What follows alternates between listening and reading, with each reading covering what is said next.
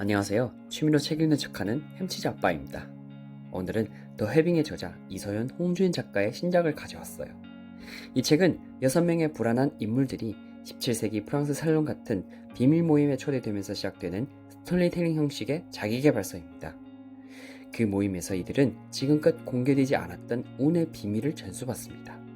그리고 그 과정 속에 실리콘밸리 창업가, CEO, 올림픽 선수들의 사례, 동서양 심리, 역사, 과학까지 촘촘히 녹아있어 읽으면서 이게 그 행운의 흐름이구나 하는 순간이 와요.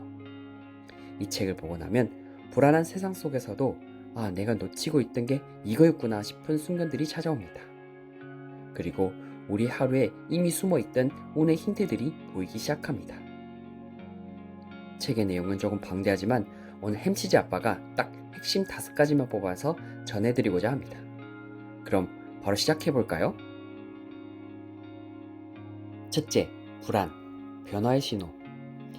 비밀스러운 모임에 초대된 주인공들은 처음으로 운을 바라보는 방식, 즉 관점의 힘을 배우게 됩니다.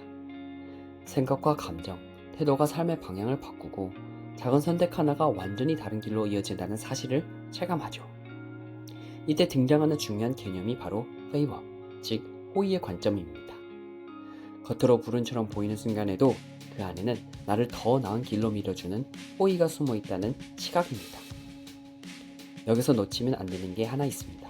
바로 불안입니다. 불안은 사라져야 하는 감정이 아니라 다음 단계로 넘어가라는 신호, 일종의 내면의 알람이에요. 우리는 불안을 느끼면 지금 잘못되나? 하고 자신을 의심하지만 책은 이렇게 말합니다. 불안한 순간에도 여유와 긍정 그리고 배려가 함께 존재한다. 불안은 우리를 무너뜨리는 게 아니라 행동 에너지로 전환될 수 있는 강력한 촉발점입니다. 불안을 행동으로 바꾸는 A 유형, 그리고 성찰과 지혜로 바꾸는 B 유형을 소개시켰는데, 내가 어떤 패턴인지 아는 순간 불안은 더 이상 두려움이 아니라 도약의 신호가 된다고 저자는 말합니다. 둘째, 도파민 3종. 불안을 잘 활용한다고 해서 모든 게 술술 풀리는 건 아니죠. A형은 자기 소모와 번아웃의 위험에, B형은 안 좋아하려는 습관에 빠지기 쉽습니다. 그래서 책은 말합니다. 은총알이 아니라 납총알을 준비하라.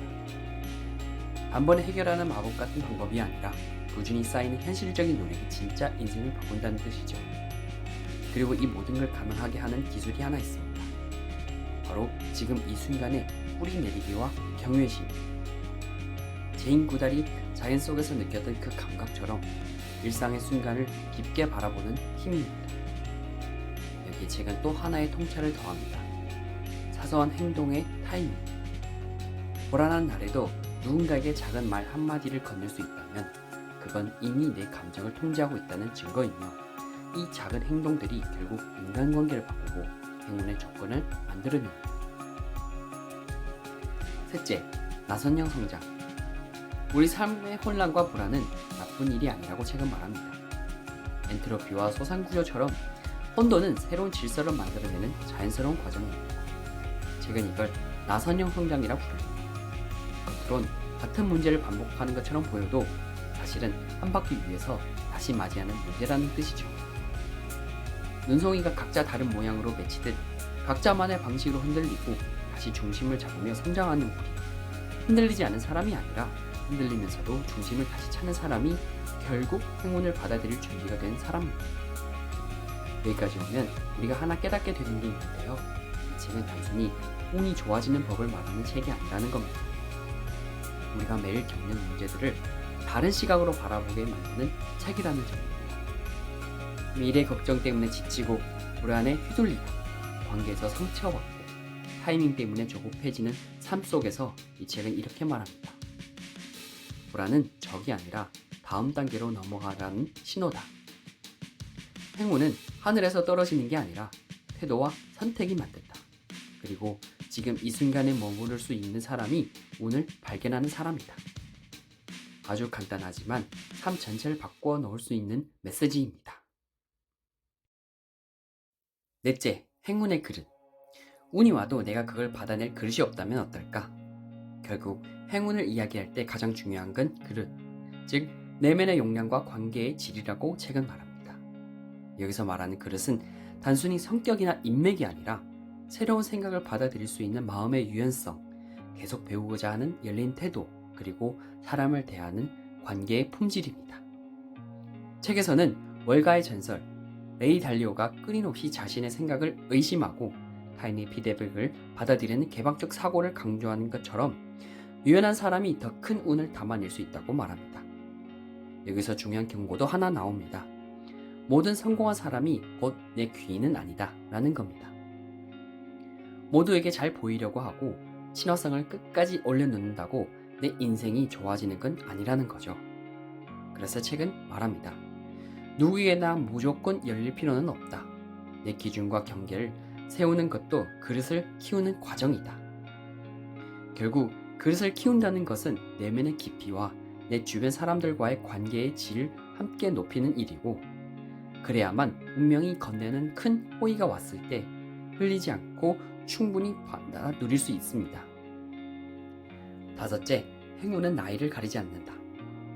마지막 장에서 주인공들은 그동안의 배움을 바탕으로 각자 자기만의 행운의 길을 발견합니다.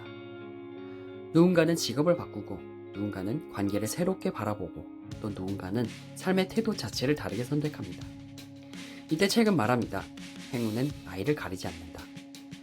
노넨의 여성이 에팔레치아 산맥 종주에 성공했다는 사례처럼 행운의 타이밍은 언제나 누구에게나 열려 있습니다.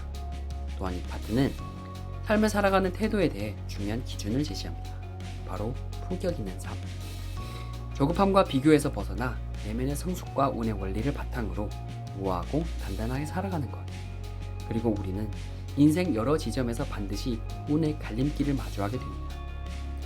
두려움을 따라 익숙한 길을 갈 것인가, 용기를 따라 새로운 길을 선택할 것인가. 책은 말합니다. 행운의 길은 늘 성장을 향한 선택 위에 있다. 마지막에 주인공들은 완벽하지 않은 자신 그대로 불안을 품고도 앞으로 걸어나가는 사람으로 변합니다.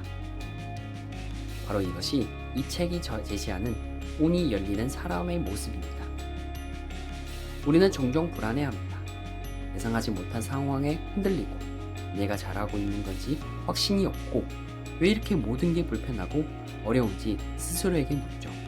하지만 이 책은 아주 조용하게 그러나 단호하게 이렇게 말합니다. 운명은 언제나 우리에게 호의를 보내고 있다. 다만 우리가 아직 그것을 알아보지 못할 뿐이다. 행운은 거대한 사건으로 오지 않습니다. 지금 이 순간을 바라보는 태도, 사람에게 건네는 작은 배려, 불안 속에서도 나 자신을 이해하려는 마음, 이 작은 선택들이 쌓여 어느 날 우리는 깨닫게 됩니다.